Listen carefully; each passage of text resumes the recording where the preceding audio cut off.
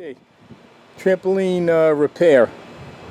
That's the shower head I hooked up on the trampoline, sprinkler head actually. But I noticed the other day after the kids were on the trampoline that these two legs had separated. And you'll notice that it is completely rotted out. The leg on the left side that comes down from here. So rather than trying to find brand new legs, I went to Home Depot and picked up this EMT, which is the label. It's oops, upside down. Sorry about that. 1.5 by 10 foot EMT, and I got a 10-foot piece in case any of the other ones rot. But what I noticed was, you'll see this one is starting to all rust on the bottom. So it's a good idea to put these up on a 2x4 or any kind of stand and paint them with some galvanized paint or something else that won't rust, because you can see these other ones, just from laying in the grass all this time with the sprinklers on, they just start rusting away, and it won't be long before these rot out. So that's why I got the 10-foot piece, in case they have to put sleeves on these. So what I plan on doing is using that 10-foot piece to sleeve between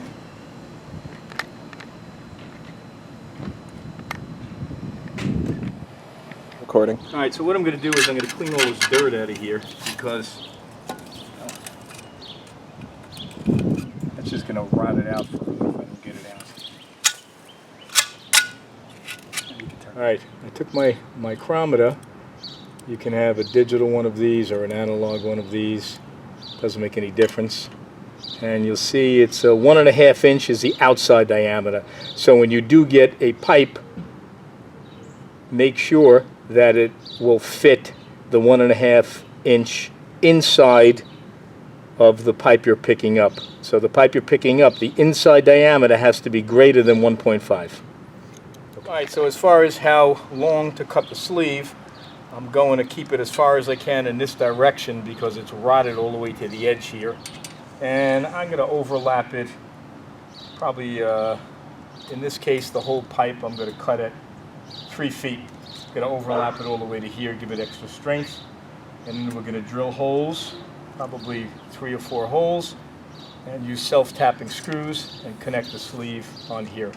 So I attached it exactly where it was before to make sure it lines up again underneath the trampoline. I'm marking off 36 inches, and we'll get out our trusty hacksaw and hack this right off.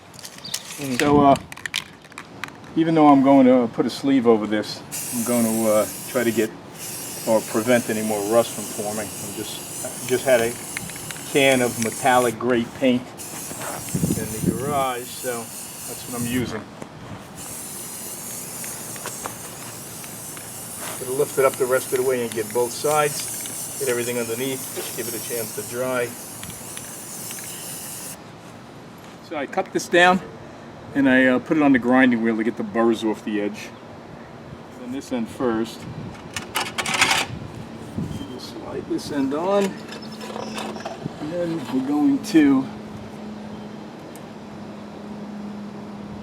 stop again. What I found out was this pipe gets locked out right at the bend on the bottom one, so it didn't allow me to push it further than that.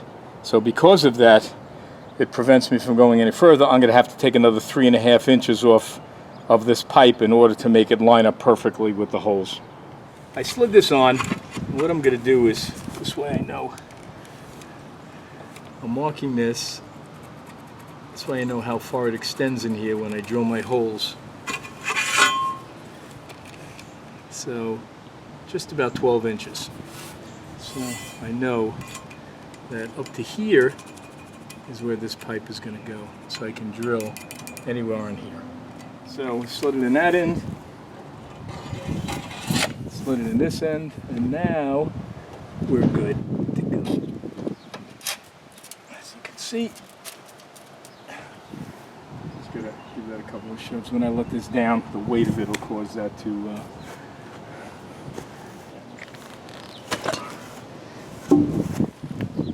there we go. Flush in there. That's important. Gotta put a couple of marks. One hole there. That's the 12-inch line, so we know we can't go past that. And then we'll grab 2 over here. That should be fine. We got to drill these out, and we're going to put. I happen to have these, so that's what I'm using for this project. Number 10 by 1 inch stainless. Got to use stainless steel screws on this.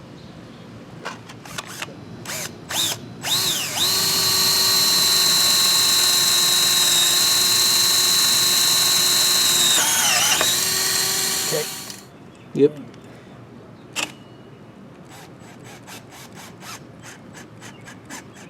Okay.